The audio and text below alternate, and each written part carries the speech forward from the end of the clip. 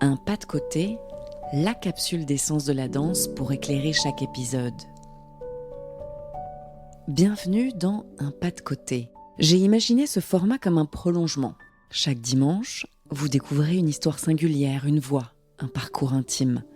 Mais pour vraiment saisir la richesse de ce qui est dit, il est parfois nécessaire de prendre un peu de recul, de replacer un nom, une idée, une esthétique dans son contexte.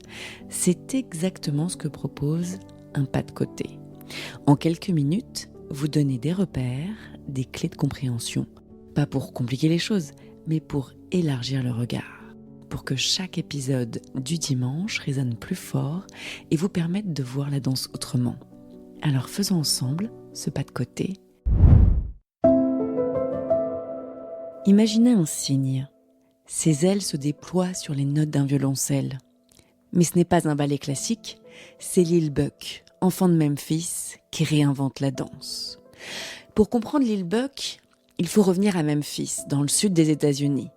Une ville au destin singulier, marquée par la ségrégation, la pauvreté et les tensions raciales, mais aussi par une créativité musicale hors norme.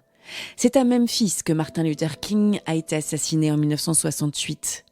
C'est aussi à Memphis qu'Elvis Presley a construit son empire. Et c'est là que le label Stax Records a fait naître la soul. Dans les quartiers afro-américains, la musique résonne partout, gospel dans les églises, blues dans les bars, hip-hop dans la rue. Mais la vie est rude, chômage, insécurité, manque d'infrastructures. Pour beaucoup de jeunes, la danse devient un exutoire, une manière d'affirmer son identité et de se protéger du chaos environnant. C'est dans ce contexte que naît dans les années 80-90 une danse, le joking.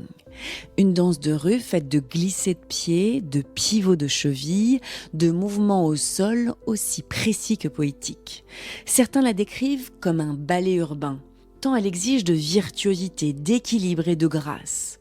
Enfant, Lil Buck découvre ce style. Ce n'est pas seulement une technique, c'est un langage, un moyen de transformer la dureté de Memphis en poésie et de tracer son propre chemin.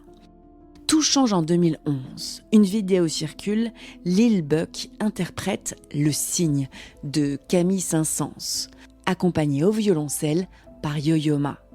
Le contraste est saisissant. D'un côté, une pièce culte du répertoire classique, de l'autre, un danseur urbain qui glisse, flotte, s'élève presque sans toucher terre, et la poésie est immédiate. La vidéo devient virale et propulse Lil Buck bien au-delà des rues de Memphis. Il franchit une frontière invisible, celle qui séparait la rue des grandes scènes internationales. Très vite, Madonna l'invite sur sa tournée.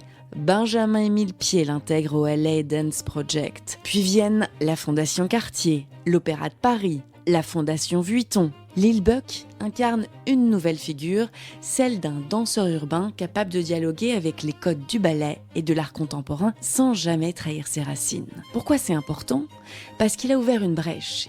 Il a montré qu'une danse née dans les quartiers populaires de Memphis pouvait dialoguer avec le répertoire classique et s'imposer sur les plus grandes scènes du monde.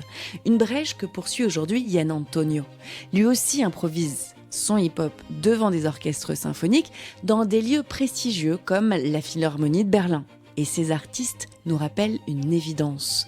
La danse est un langage universel, elle traverse les genres, les frontières, les institutions. Elle n'a pas besoin de choisir entre la rue et l'opéra. Elle peut être tout simplement les deux à la fois.